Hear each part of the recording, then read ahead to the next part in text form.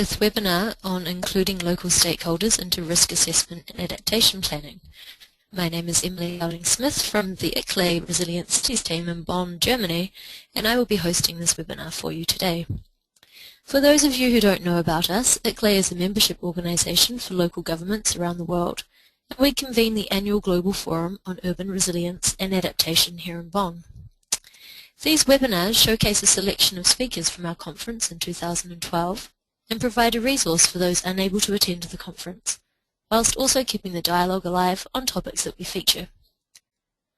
If you are interested in contributing to next year's conference, I would like to take this opportunity to let you know that our call for contributions is currently open and will be until the 30th of November.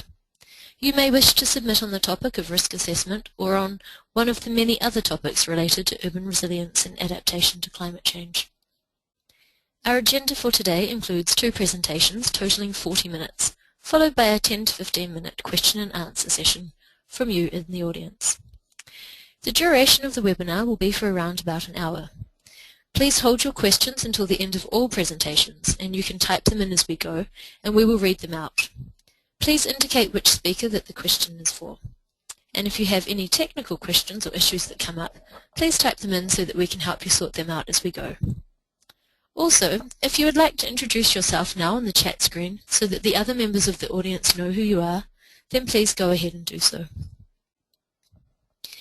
In today's webinar, we will be discussing the inclusion of local stakeholders, specifically the urban poor and the most vulnerable communities, into climate change adaptation, and more specifically, risk assessment methods.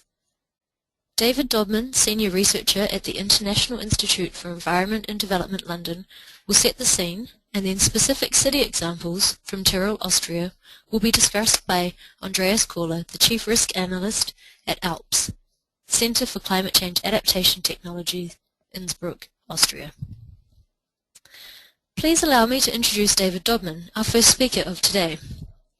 David is the Senior Researcher in Human Settlements and Climate Change at IIED London. He is the author of more than 20 journal articles and book chapters, the co-editor of Global Change and Caribbean Vulnerability, Environment, Economy and Society at Risk, and Adapting Cities to Climate Change, Understanding and Addressing the Development Challenge. He is also a college teaching fellow at the University College London and a lead author on the 5th Assessment Report of the International Governmental Panel on Climate Change. David is also a long-standing member of the Programme Committee for the Resilient Cities Conference series that we host. Today, David will focus on social inclusiveness and risk assessment, and will reflect on the geographical coverage of urban risk assessments, the key elements that need to be included in them, a critique of top-down approaches, lessons that can be derived from broader urban work, and examples from practice, for example, of community-based vulnerability assessments. So, without further ado, I would like to now give the floor to David.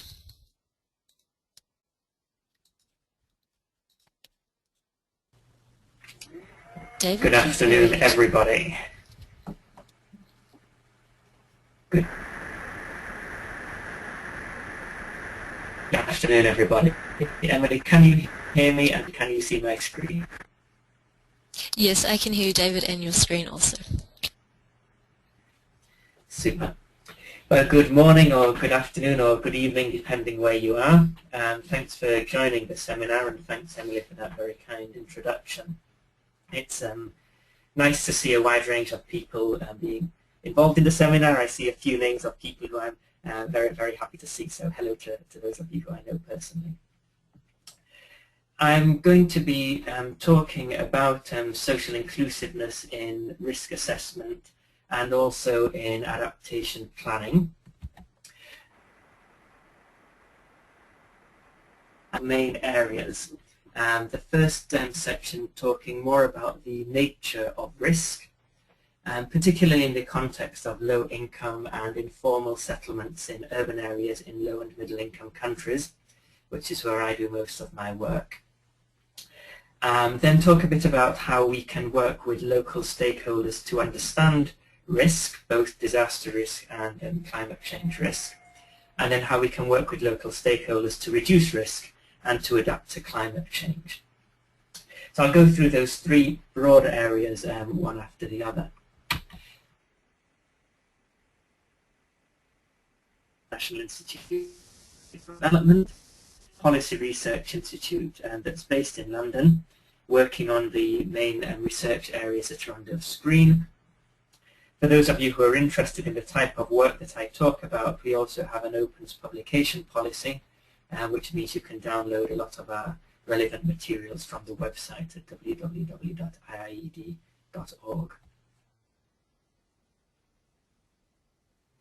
I'm just showing the diagram that's been used in the special report on extreme events by the IPCC, and which is also informing the understanding of risk in the fifth assessment report of the Intergovernmental Panel on Climate Change. And for fairly obvious reasons, it's become known popularly as the propeller diagram because it looks like a propeller. The point of showing this isn't really to go into it in a great deal of detail, but what I think it helps to illustrate is the way in which risk is an outcome of a range of different factors. And the way in which we're increasingly understanding risk is not just about the exposure to particular weather or climate events, but about how these events themselves occur and the particular impacts that they have, and then about the various elements that contribute to the vulnerability of different places, different communities, different households and different people to their own levels of risk. So I think that's particularly relevant for this discussion, because if we frame risk as a multifaceted concept that takes into account vulnerability, exposure and the actual events, that's shaped by a broader set of factors related to both climatic factors and development factors, then the way in which we understand and respond to risk also needs to be multifaceted in its approach. My second step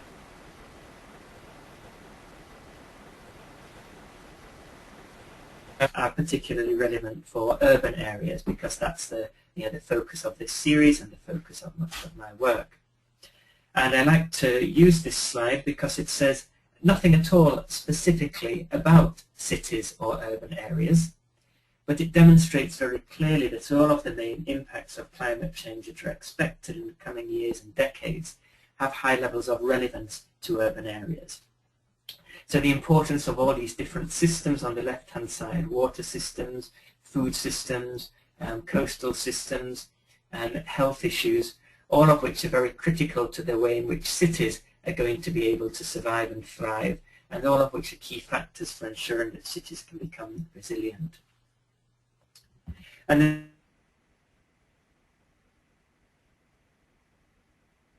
urban risk is still very patchy.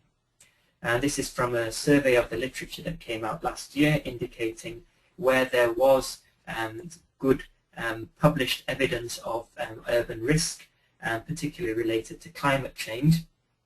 And obviously there are quite a few cities where these reports exist, and since the time this review was done, a lot more have conducted risk assessments of various types. But I think that what this does show is that the knowledge coverage is still very patchy, and it's still very patchy, particularly in low and middle income countries of East and Southeast Asia and of Africa. And even when assessing climate impact, and I think it's fair to say disaster impact as well, tend to be limited. There tends to be a much greater focus on the physical vulnerability of cities to the direct impacts of weather and climate events, rather than a broader and more complex understanding of the way in which risk actually is manifested in low and middle in low income and informal settlements in urban areas. Now I have different language. We speak a vulnerability, we speak a risk language, and the language of risk that I'm using today is actually often equated with the language of vulnerability in climate change adaptation discourse. So the next two slides are using the term vulnerability and are defining vulnerability as an outcome of exposure, sensitivity, and adaptive capacity. And I'm going to show two illustrations of the way in which risk is experienced locally, and how that's an outcome of these three different elements. So this first slide is of a town called Sorsogon in the Philippines. It's a fishing village on the outskirts of the city. And of course you can see the first thing to note is that it is a coastal community, and it's a community that's frequently exposed to tropical cyclones. From the right of the picture is the sea, the direction from which these cyclones appear. So there's a high level of exposure. But the community is sensitive to the effects of these events. You can see that the seawall is in a very bad state of repair, that a lot of the housing is already also in a very bad state of repair. And so there's a sensitivity of the human, the social, the human and social systems, the housing structure, so that when there is an extreme event, it is experienced very severely. And then as well, the adaptive capacity. We can see that it's a low-income settlement. I've told you that it's a community that depends on fishing. It's a community in which the individuals and households lack many of the resources that would help them to be able to respond effectively during times of shocks or of stresses. So again, what makes that relevant to this broader discussion is recognizing that risk is experienced locally, and that many of the components that lead to risk for low-income settlements require understanding those local processes, which makes engaging with local stakeholders to understand risk particularly important. And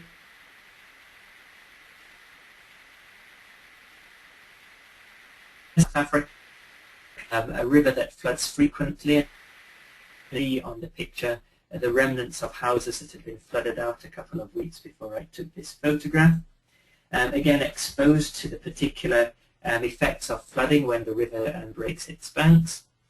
Sensitive because of the lack of protective infrastructure, the poor quality housing, and low levels of adaptive capacity. In the particular context of South Africa as well, which does have quite a formalized housing market, means that people who are living in the informal housing areas are particularly marginalized and excluded from decision making at the scale of the city, which can help to contribute to their resilience.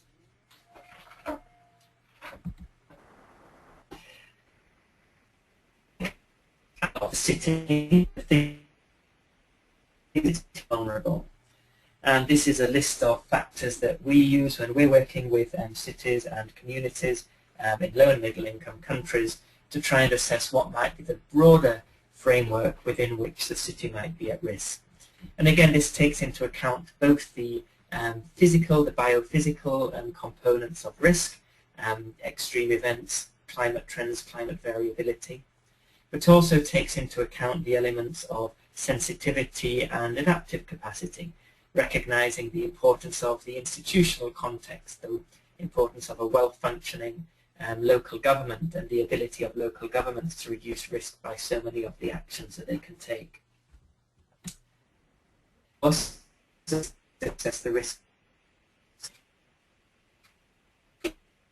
And these are some of the things that might make informal settlements be at high levels of risk. Their demographic characteristics, the proportion of households that are characterized as female-headed, and the dependency ratio, the economic characteristics which shape the way in which people are able to improve the quality of their dwellings and to respond to events when they take place. And then this broader set of characteristics related to, more specifically to climate variability and change around exposure, sensitivity and adaptive capacity. Now, I'm very aware that we have a limited time for the presentation, so I'm going to move on from this slide, but the slides I believe are going to be posted on the ICLEI website, and so they'll be available for future reference if anyone is interested.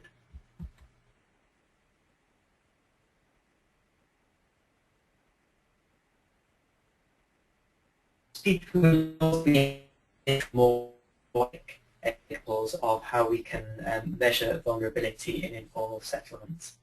And this is an example from the Asian Cities Climate Change Resilience Network. I've created a link to the site where this particular example can be found.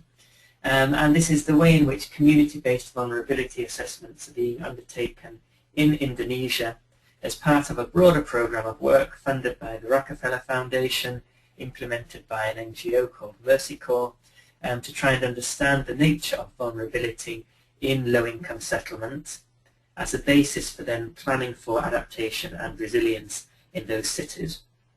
And this Asian Cities Climate Change Resilience Network is a program that runs across 10 different cities in Thailand, Vietnam, India and Indonesia, and where there's been this kind of activity taking place in 10 different cities in those countries. So a lot of the methodology that's used involves very detailed observation, very detailed interaction with the communities, involves building up relationships of trust with local organizations who are able to participate in this process, and also can build in things, perhaps slightly more sophisticated technologies around things like GIS.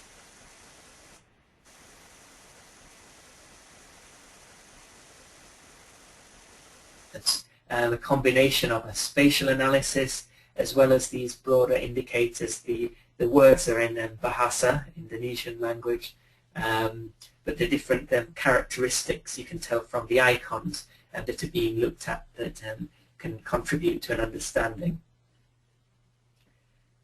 Okay.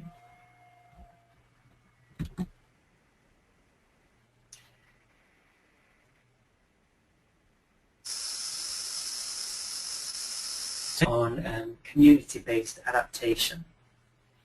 So until now we've been talking about the ways in which we might understand risk, and now what I'm going to talk about for the remainder of the presentation is how we might respond to risks related to climate and disasters by engaging with local stakeholders.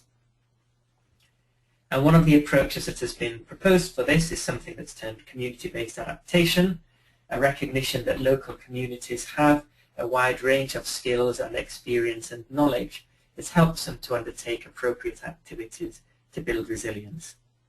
It's a process that has developed from work mainly in rural areas, coming out of activities to do with community-based natural resource management. And it has some very significant strengths in that it involves local stakeholders and draws on the knowledge and understanding that these people have. However, it's a challenging process to take place in urban areas. Many of the things that can reduce risk in urban areas require much larger interventions, perhaps around things like infrastructural development. And these are often things which perhaps fall outside the capacities, outside the direct capacities of community organizations.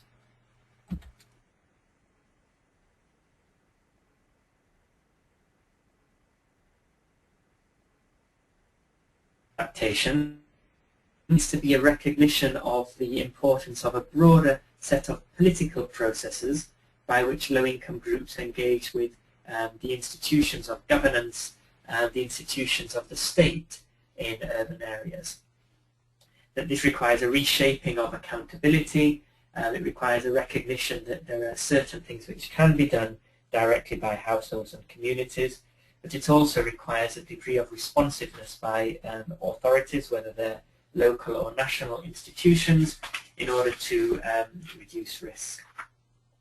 And I'm going to go through, just in the last few minutes, I'm going to go through a few examples of the ways in which local stakeholders can contribute to adaptation, both by their work at the very local scale and also broader work at the scale of the city.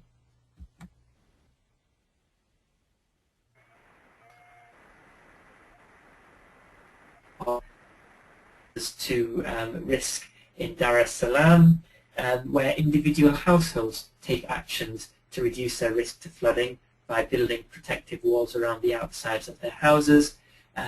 This protects the actual house, but of course it doesn't affect any broader sort of change at the community or the city level.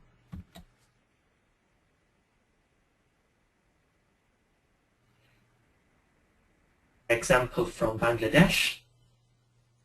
This is a similar example from Bangladesh, again demonstrating the way in which households can respond to reduce their exposure to flooding by raising the levels of their floors. There's also another set of examples from the paper that's cited here around ways in which households manage excessive heat, for example by allowing trailers and creepers and vines to grow over the roofs to absorb excess heat from the sun.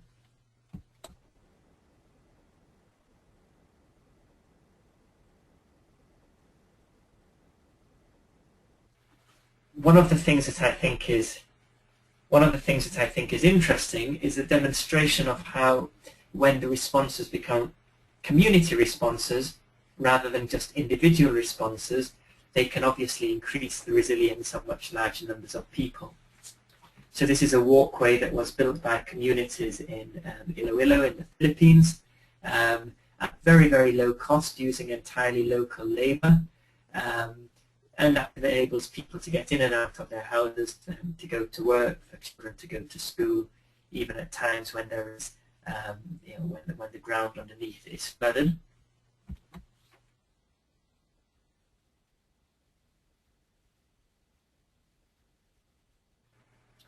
And the final example from the Dominican Republic of a staircase that was built to enable disaster evacuations in this community on the outskirts of Santo Domingo. And one of the interesting things about this is that the staircase goes from an estuary at the bottom of the stairs, where people had lost their lives in the past when there had been high levels of flooding. And because it's at the bottom of a steep hill, people were unable to get in out of that place when there was when it was raining and slippery. And I think this slide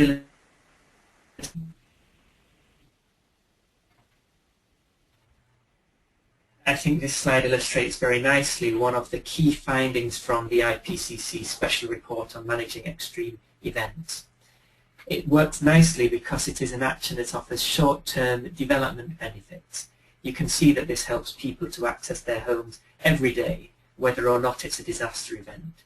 But it also has a considerable influence on reducing risk at times of disasters. And it remains maintained, it remains in people's consciousness, because it meets these short-term needs as well as these occasional needs to do with disasters. I think I should probably stop about there.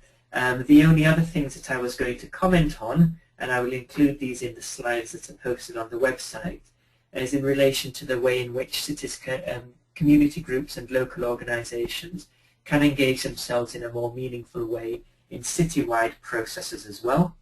And I give an example of the ways in which a particular type of process is used in Asian cities under this Asian Cities Climate Resilience Network for incorporating local stakeholders in citywide planning for risk reduction. And then the final point that I was going to make, and I will just skip over, mention very briefly, is that if we're thinking about participation in reducing urban risk, there is also a particular role for cities as a whole to play in terms of a global agenda. We're familiar with the findings of the Intergovernmental Panel on Climate Change. We're familiar with the processes under the UN Framework Convention on Climate Change. But that, as yet, there's only a very limited amount of, very limited mechanisms by which subnational levels of government, including cities, are able to participate in that global process. And I think that's a very interesting area for future work in ensuring that the voices of local stakeholders, including citywide stakeholders, are able to influence the big global decisions that are made around climate change responses. I'll stop there. Thank you for listening.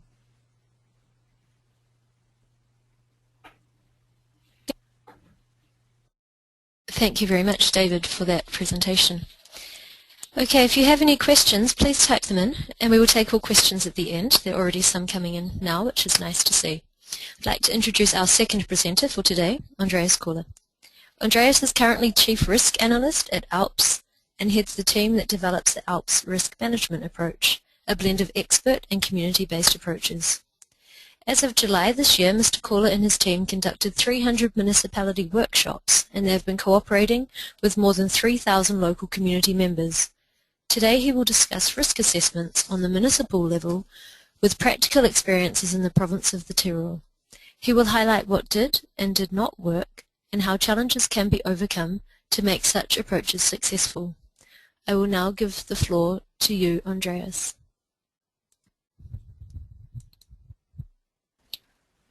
Thank you, Emily. Yep, we can hear you, Andreas. Just make your Yeah. screen large. Can you see my slides now? Great. Yes, go ahead, Andreas. Thank you. Okay, great. First of all, good morning or good evening or good afternoon, depending on where you're currently listening to me. I would first of all like to thank ICLEI for the invitation to invite me to speak at this webinar, and I would also like to thank Emily for all her efforts in organizing it and for the kind introduction. So David, in the first presentation of today, was focusing more on the broader perspective of risk assessment on a local level. So I would like to use the second part of the webinar to give you some very hands-on and practical examples and approaches, as well as to discuss and show you the challenges that we were facing in the province of the Tyrol. First of all, I would like to introduce the organization I'm working for, which is the ALPS Center for Climate Change Adaptation Technology. It's a research and development center and consultancy which is based in Innsbruck in Austria. Our main focus is natural hazard research and risk management. We have currently 100 employees at 3 locations within Austria. And we are the official risk management and disaster risk reduction partner of the province or the state government of the Tyrol. And ALPS developed and maintains the Ortis risk management solution that you will hear a little bit more about later on in my presentation. So just a few words on what or how ALPS is actually working. You can see the small red triangle in the middle of our logo, and this is not just because our designers needed to put something in between the P and the S. There is a much deeper meaning behind it. Each of the 3 corners represents one of the 3 main stakeholder groups that we are cooperating with, which is public authorities and local, regional and national governments. It's the private sector and it's the scientific community. And as you can see, ALPS is close enough to all those 3 stakeholders or partner organizations, partners, to understand their needs and challenges. But at the same time, we always try to make sure that we keep a certain distance to make sure that we can bring in an external view, that we can break with daily routines and bring in new ideas, solutions and approaches into those systems.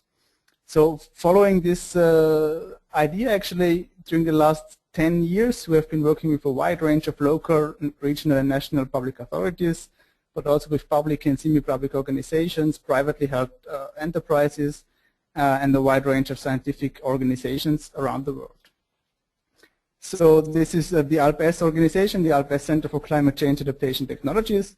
And as I said before, this is based in Innsbruck in the province of the Tyrol, which is in the western part of Austria. And the province of the Tyrol is a mountain region, one of 9 provinces in the Tyrol. They're living a little bit more than 720,000 inhabitants here, and we have 279 municipalities that range from 60 inhabitants, which is really small, up to bigger cities with 130, 140,000 inhabitants. And as you can imagine, a mountain region like this is facing a wide range of different challenges and risks. Actually, I would just like to give you a very brief overview of events or disasters that happened in the last decade, actually, which is things like rockfall, as you can imagine, in mountain areas, but it's also huge floodings, like the one you can see in this picture, happening in 2005, and leading to a damage that went into the billions, actually. The next picture shows a debris flow from 2009, where the freshwater supply of a region of about 20,000 people was completely destroyed, which was a serious problem for the city of Hull. Avalanches, I think that's a famous picture from 1999, where the municipality of Gartur was hit by a huge avalanche. The center of the village, actually, it was 60 people dead, hundreds of houses destroyed, and 10,000 of people had to be evacuated by helicopters.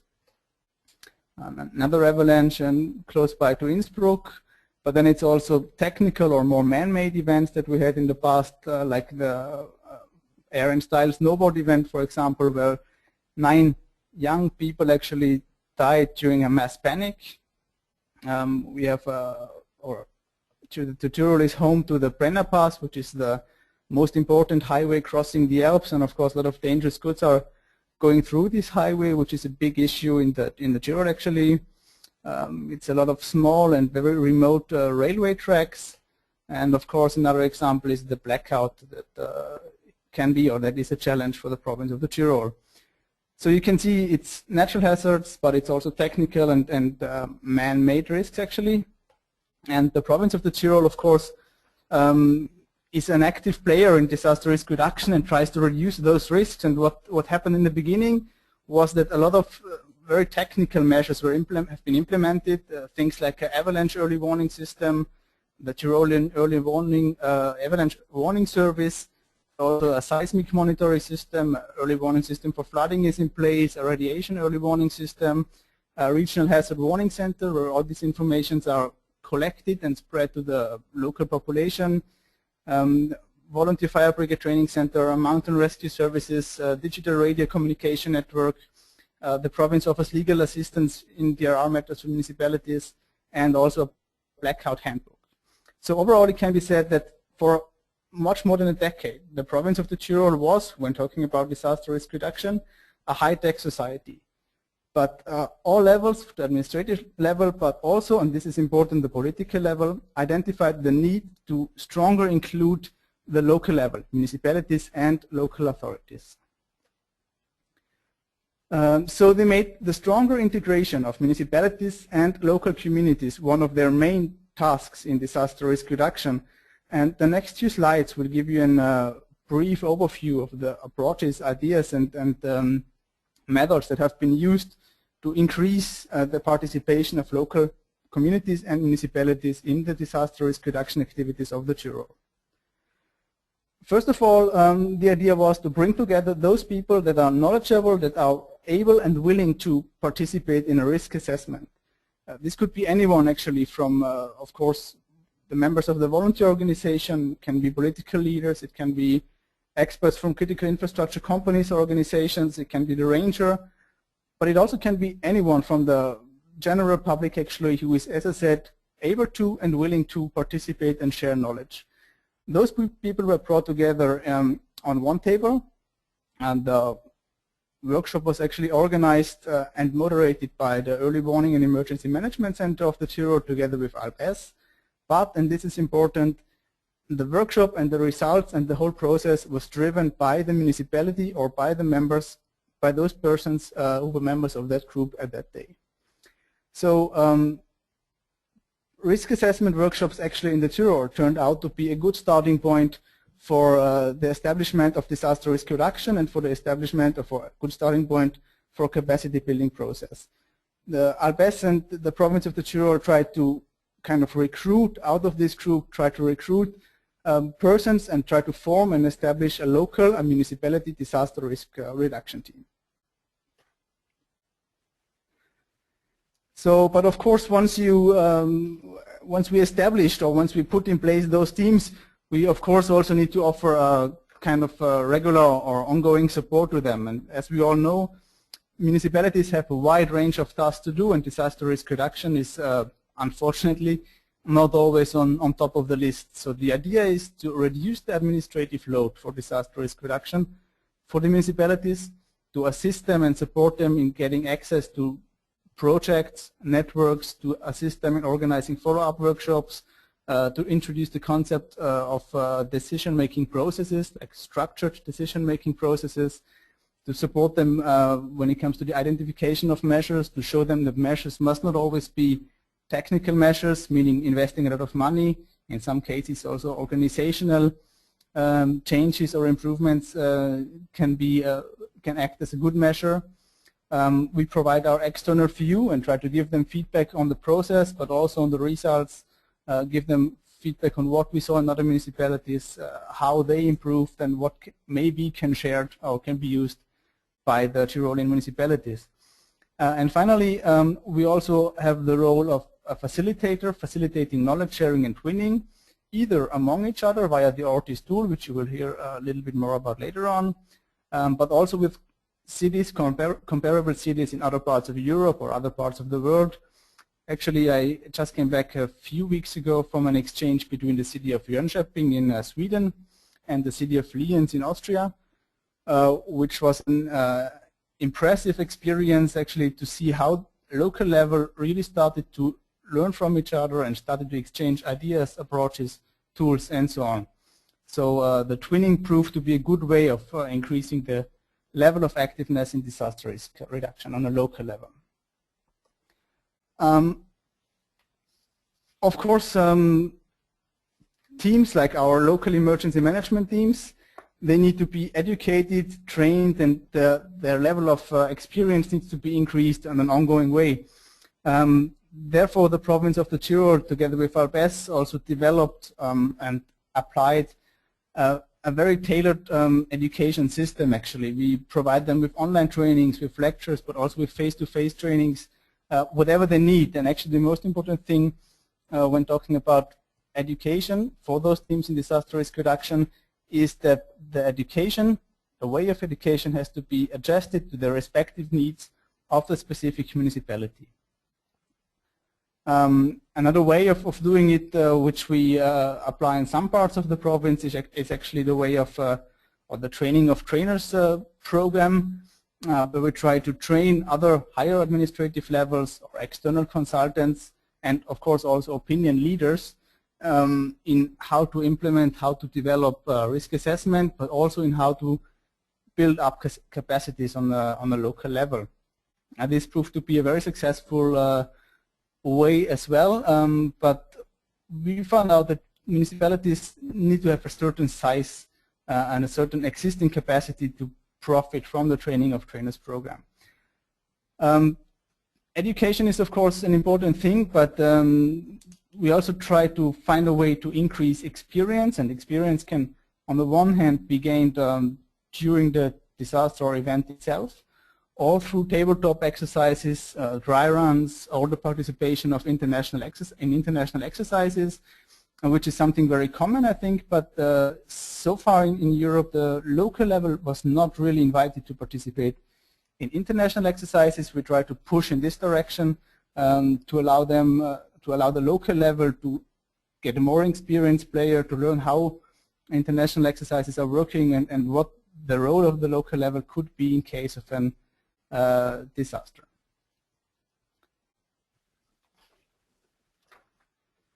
And as I said in the very beginning, the province of the Tyrol decided to not only support a few of its municipalities, but all 279.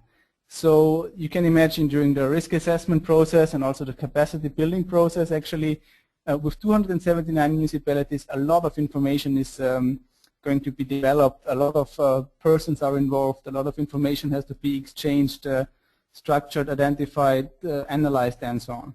So the province of the Tyrol decided to introduce the Ortis knowledge repository tool, which actually acts as a kind of a database where all the information can be put in. It can be used by the single municipality to identify and structure their resources, but also their other information. At the same time, it allows that the local knowledge that is being captured in the system can be used by higher administrative levels. It allows to focus on its own strength and identify the strength of other municipalities. So it's kind of a starting point for internal knowledge sharing, and it allows an easy transfer of information, either top-down from the high administrative level down to the municipality, or the other way around when local level, when municipalities develop good information, good measures, good ideas, good approaches in disaster for a specific field of disaster risk reduction, and they think it can be useful for others. It's easy to share this information, this result through the Ortis system. And another important point, of course, is community-based disaster risk reduction or risk assessments actually, they do not replace any existing information, results, or analysis. They will be integrated in these existing things and they enrich existing data. So we're not replacing anything, we're just putting something on top and trying to make sure that the local knowledge is captured and can be used and applied by higher level authorities as well. Of course, when talking about risk assessments, mapping is always an issue. We are mapping risks and resources, but I think I will not go deeper into the GIS topic in this presentation. So just a few words to the results that we have in the province of the Tyrol. Actually, we had 279 municipalities, more than 300 workshops. We identified a wide range of risks or issues within those municipalities. Each single municipality now has its own risk matrix, it has a risk map, it has mapped resources, and this is maybe the most important point, all of them now established a local emergency management teams. Currently we have 279 of them, and a little bit more than 3,500 members are active. This means also that these 3,500 members are educated, trained, and they have or they will participate in map exercises, tabletop exercises, or any other kind of training in the future.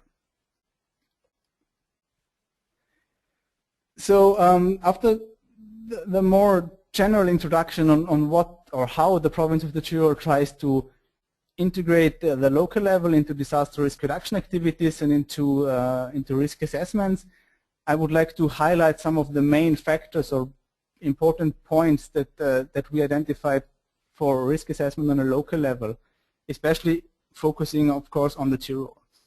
First of all, you have to know that emergency units in the Tyrol are mostly volunteer. So this means if events getting bigger and bigger, it happens that the volunteer emergency units are not able to handle these events themselves. That's why we try to introduce introduced the system of local emergency management teams, and they are now strongly involved in disaster risk reduction and also in to assist the volunteer emergency units. Tourism has to be considered. The province of the Tyrol has more than 43,000 overnight stays a year. So this means that even small municipalities with 3,000 to 4,000 or 5,000 inhabitants offering like room or beds for 20, some cases even 25,000 people. So when it comes to disaster risk reduction, this means that small municipalities have to act more like medium-sized cities. And this is something that has to be changed in their minds. They need to accept and understand that they are not only cannot only offer accommodation for many people, they also take the responsibility and are responsible for them and need to take care of their tourists and guests actually. Of course, all our risks, or many of our risks, are somehow related to mountains, which means that we need to even more improve our understanding of risk processes, especially in mountain areas. We have an increasing dependency on technology, which can be found actually all around. I could give you many examples. Maybe we can discuss that another time. And on the more personal level, we identified a strong trend of a much more risky behavior of local inhabitants, but also of tourists. Another factor of disaster risk reduction in the Tyrol, but not only in the Tyrol, is of course climate change. By now I can tell you that after all those workshops we identified that for municipalities, for the local level, it's obvious that the number and intensity of events is increasing. This is true for all the events that they already know from the past. Like in the Tyrol, this is more rockfalls, bigger landslides, more debris flows, more intensive floodings, heavier thunderstorms and hailstorms. But what is right now not really accepted, or what they did not really experience, is the climate change also brings new risks, new topics on the table actually. Things like droughts or heat waves. And especially interesting is the point of freshwater supply disruption. As you can imagine, a mountain region 20 years ago, no one would ever have thought that the province of the Tyrol could have serious problems when it comes to freshwater supply. But in 2003 and in 2010, quite a few municipalities had serious problems in supplying freshwater to their inhabitants, but also the tourists. Of course, wildfires come along with the heat waves. Long-term blackout is also somehow connected. And the other opposite of drought and heat waves are the extreme cold waves, similar to like we experience it just now if I have a look out of my window. So when it comes to climate change and disaster risk reduction, what we need to do is we need to work on the downscaling of the climate models. We need to increase the awareness for the whole topic. As I tried to show you before, there are new topics coming up that we have to prepare for, that we have to think about how to prevent them. We need to make sure that we are dividing between weather and climate, which is not always a common thing on the local level right now. We need to improve our communication, which means that we need to speak the language to describe climate change in a way that can be understood by local communities, by the municipalities. And we always have to consider that people forget big disasters, or in the case of the Tyrol, people forget years like 1999, where hundreds of people have been killed, thousands of people had to be evacuated, many houses have been destroyed, and so on. This is just 13 years back, but I think in many people's mind it's not really existing anymore.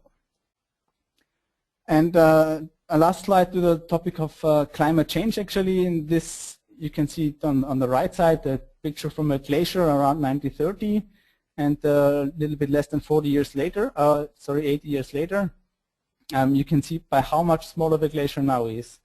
So it is important to consider that alpine regions, especially alpine regions above a certain height, are affected much more by climate change, or by changing temperatures, changing climate, than other parts of the world, actually. Those numbers are true for the last decade, where the temperature increased globally by 0.8 degrees. Within the Alps, it was on average 1.5 degrees. The city of Innsbruck, this is where I just talking from, had an increase by 1.8. And those levels of the Tyrol that are located above 2,000 meters, they had an increase by more than 2 degrees Celsius within the last century, actually. So when talking about climate change to local communities, to municipalities, I think it is important, or it is not important, to give them the details on the models and what exactly does the red line mean and the blue line. I think it is important to show them that science and that all the experts are showing into the same direction, which means there will be some changes, whatever kind they will be, but there are changes, and we need to adapt, we need to prepare to those changes. This is the message that we can leave in, or that we should leave on a local level. So after these more technical aspects of working with local communities or with municipalities, actually, there are of course also some pedagogical aspects that have to be considered, be it on the structural side, be it that various people are participating, and of course we also have very different levels that we start from in our discussion.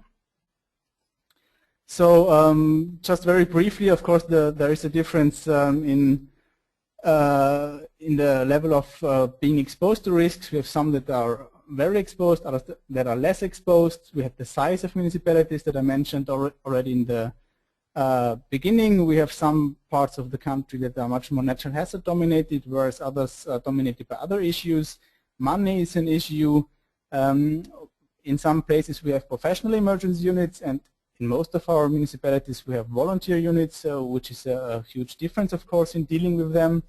In some municipalities we already had a generational change, meaning that the technical ability is available. Some of them are more or less working in the old school style and are not that able or that willing to make use of the possibilities that the modern IT system offers us in disaster risk reduction. Then of course the types of people that are participating differs a lot. In some cases it's a very interactive group. In other cases there's just one opinion leader that is dominating the whole group. Small versus big groups is of course an issue that has to be considered. We have teams that are engaged in disaster risk reduction or motivated, whereas others are not that motivated in increasing their resilience, actually. And of course we have the different levels to start from. It can be from the completely newcomer to disaster risk reduction, where we have to introduce the whole concept before we start. And the other extreme are the experienced player who have already been working on disaster risk reduction for, in some cases, years. Sometimes it's very structured capacities that are already in place, and some other cities have the chaotic system in place, actually. So, however, what is important is that we always need to adapt to the needs of the municipalities, and when starting or when going there and conducting a workshop, we need to pick them up where they are now and support them from that point onwards. So this is going to be my last slide now. You saw that the province of the Tyrol in the last decades actually did a lot of, implemented a lot of technical measures, disaster risk reduction measures, now started to push the local participation. But of course, there's still a lot of things to do in the Tyrol as well. First of all, we need to increase the number of participating stakeholders. Our focus until 2015 will be mostly on a stronger integration of schools, health facilities, and the media. We will boost the level of the slides as education, but it should be experience through map exercises, through post-event reflection workshops, and so on. We made really good experiences with the twinning and the city-to-city learning, so we will further promote this way of knowledge sharing and mutual learning. The province of the Tyrol also decided to guarantee a long-term support for the local level in disaster risk reduction, which means we do not leave them alone now after we conducted the risk assessment workshops. We will try to give them a long-term support and make sure that they know where to ask, where to get assistance if needed, for example, organization of those map exercises and so on. And finally, because cities, municipalities are changing internally, but also the environment they are located in is changing, we need to make sure that we always adapt our tools and approaches specifically to the needs of the local municipalities. And with these slides, I would like to quit my presentation and looking forward to the discussion. Thank you very much, Andreas, for that presentation. And we do, in fact, have quite a lot of questions that are coming in, which is great. So I'm going to now, in the last few minutes, move straight into them. If you have extra questions, please type them in, and if we don't have time for them, we will do our best to email those questions specifically to the speaker that you'd like to address them. So please indicate for us who they're for. I'm going to start first with the question from Caroline Lurave. I hope I pronounced your name correctly. So Caroline is asking a question for David. Thank you for the presentation. The solutions proposed seem quite technical, modifying the buildings. But in this, the populations remain in the areas at risk. Wouldn't a more transformative approach be to find ways of having people move further away from the coastal zones or floodplains where there is space? And what happens if these areas just get denser with more and more people in these zones? Won't the risk increase even if the buildings appear to be more robust? David, would you like to answer that? Sure. I've actually been able to get the full list of questions. I think I can speak to Caroline's question and also perhaps make reference to one or two other people's questions as well. Thank you, David. That would be great. So yes, I mean, I think Caroline's asking a very good question, and I think it's one that highlights the need for multifaceted approaches to looking at responses to risk. That of course some of these do require technical responses. Others of them require changes in behavior and attitudes, and I think that Andreas' presentation looked very effectively at some of the community-based approaches of that nature. But of course we also need to consider the fact of particular locations being very exposed to risk and exposed to particular hazards. Now this is something I think we need to look at very carefully, because in many cases high income areas are also in locations that are exposed to particular hazards, but the protective infrastructure has been put in place to reduce the risk to people who are living there. I think we also need to be cautious about it because in many cases city authorities, particularly in poorly governed cities, fail to be responsive to the needs of low-income groups and are often very keen to find any ways in which they can justify processes of moving, relocating particular groups who they feel for whatever reason don't belong in the city. So it's a very complex political issue around what is appropriate for relocation of populations, but I do think that climate change puts our particular additional imperative in considering how and when relocation may be appropriate, whilst always having the caveat that it needs to be looked at very, very carefully. And whilst also having the caveat that there are some examples, particularly in Latin American cities like Manizales in Colombia and Ilo in Peru, where there have been better levels of success at moving people whilst preserving their contact for livelihoods and their social networks. I think this the question about moving also linked with a question from Joyce, who mentioned about people moving into particular cities and moving into particular areas at risk, and the one of the challenges being that there isn't necessarily a strong community base for organisation. I think that's a very useful point to make. I've heard it made very strongly in the case of many African cities, for example, where many people who live in informal or low-income settlements are temporary migrants, or who see their move as temporary even if they're there for a very long time, and therefore there's less of a commitment to invest time and effort and money in doing particular activities that can reduce risk as well.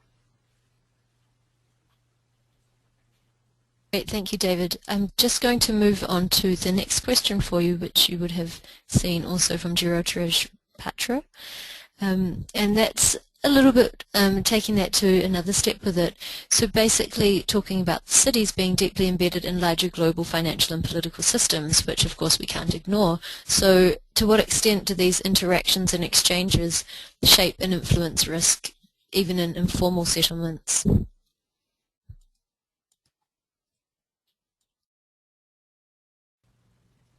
Yeah, and again a very interesting question, and one that in itself makes a very valid point. It was one of the things that I skipped over towards the end of the presentation, was thinking about how the very local priorities of particular groups who are at risk from climate variability and disasters and climate change can be taken into account in these broader global systems which do so much to can do so much to reduce risk.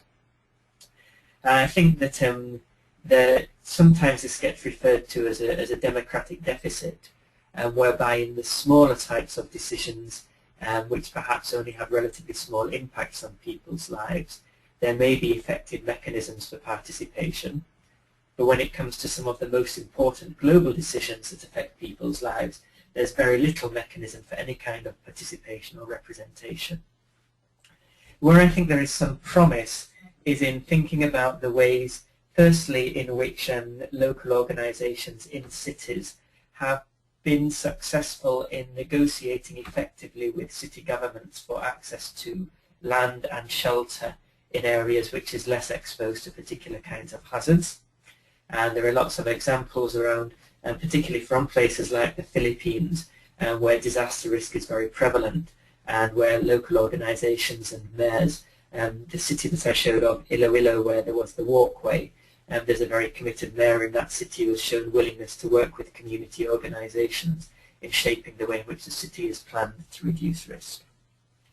And then at the more global level, the recognition, at least among some sectors within the negotiators in the Framework Convention, the recognition of the need for a strong voice from the least developed countries, the growing recognition of a need for civil society opinions to shape the negotiating positions for least developed countries. I wouldn't go as far as saying I'm optimistic about that process, but I would say that that's perhaps where there are beginning to be potential entry points to bringing those local stakeholder perspectives to bear on the way in which some of the funds, for example, for the funds for adaptation are allocated. Thanks, David. Two quick questions for you now from combining two questions from the audience. The first is from Sladana, who's talking about Split, and that points directly to the obstacles in getting the cities involved. And then the second comes from Isabel, and this is about the actual process of how you can do it. Now, you've touched on both aspects, but perhaps in a short summary you could identify some of the obstacles that usually come up to limit the involvement of the local community. Sure. I mean, there are many obstacles, and the people who are involved directly in working with cities are extremely aware of these kinds of obstacles. There are financial obstacles to the city to pursue particular adaptation actions. There are technical shortcomings with the lack of technical capacity among city staff. There are so many other competing priorities, particularly in the low and middle income cities that I'm particularly referring to. But at the same time, there are so many things that city authorities can do to reduce risk, where if there is sufficient political motivation,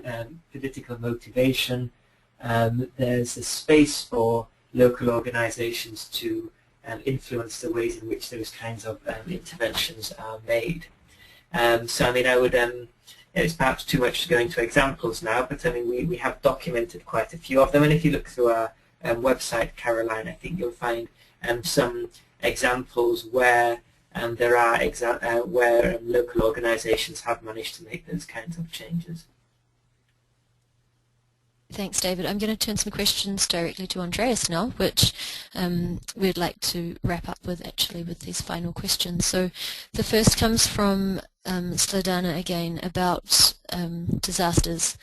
And in this situation, collaboration is needed, but individual responsibilities need to be determined. So how is it best to ensure that the individual responsibility does not reflect negatively on the collaboration?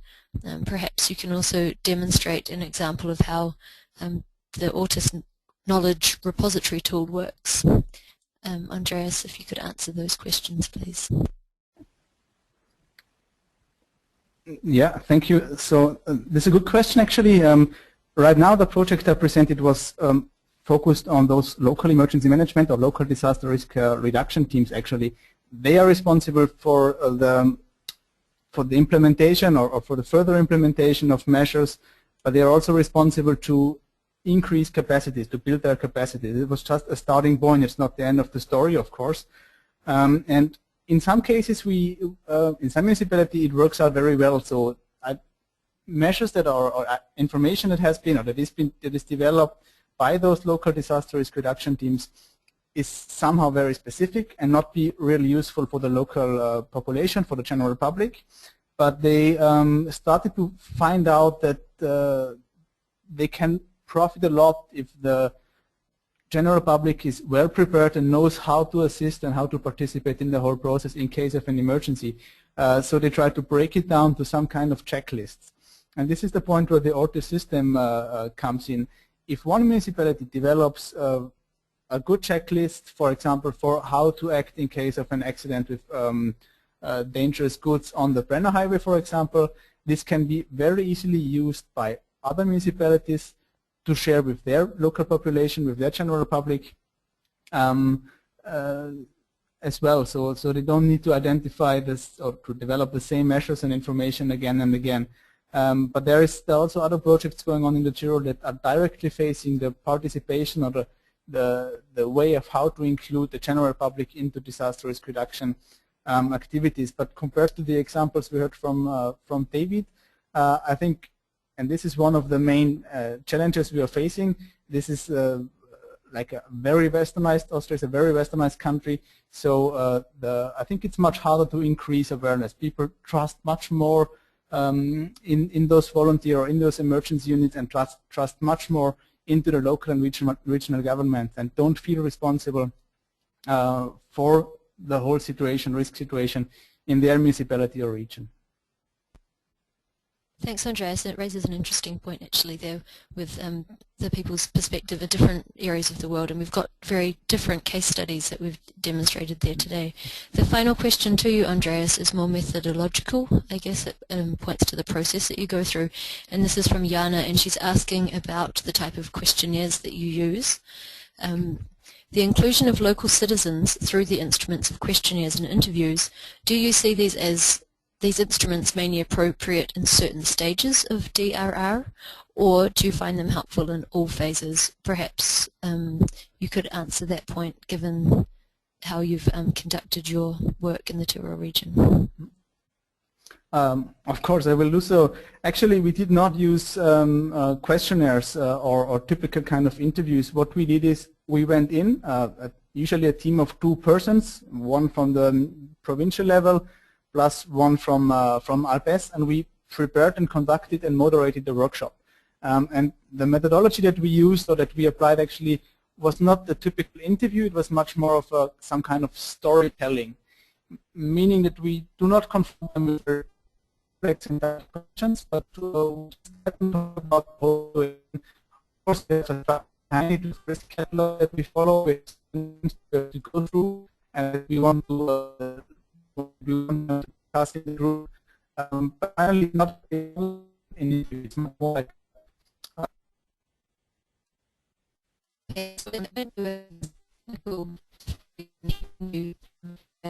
so I will actually wrap up now, as we have just concluded over time. But people with questions, we can respond from our speakers today.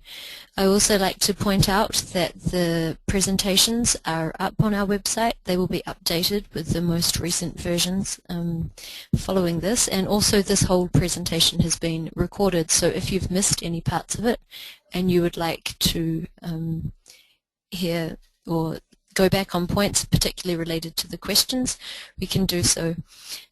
Thank you so much for these great questions and the in-depth thought that's been put into them. I would like to also thank David and Andreas for sharing their experiences and point of view with us today, and for all of you for attending and engaging with us in this discussion. I'm sure we could talk about this for a very long time, and I would like to also once again encourage you to keep in contact with us on these points if you would like to do so. I would also like to remind you about the open call for contributions that we have for next year's Resilient Cities Conference, which of course will include this topic. So if you're working in this field and you would like to submit, please note that the call for contributions closes on the 30th of November, that's 1 month's time. I'd also like to invite you to join our next and final webinar in our series. It builds a little bit on this theme, and we look in the next webinar on collaboration between local stakeholders. On climate change adaptation, of course. So this will be in week 46, which is Thursday the 15th of November, and that will be held at the same time as this webinar, which is between 15 and 1600 hours Central European Time. The focus of that webinar will be on how local governments can integrate multi-stakeholder cooperation with researchers, experts, local communities and the private sector into their adaptation planning. In that webinar, we will have Anna Beswick from Adaptation Scotland, who will explain a variety of forms of collaborations and the forms that these can take, and highlight some common goals and challenges. Lorna Pai Kalstrup from the Municipality of Kolding in Denmark will shed light on that city's approach to their multi-stakeholder dialogues and the benefits that this creates. So, with that invitation in mind, we hope that you can join us next time, and we thank you once again for your time, and to both of our speakers here today. Have a nice day.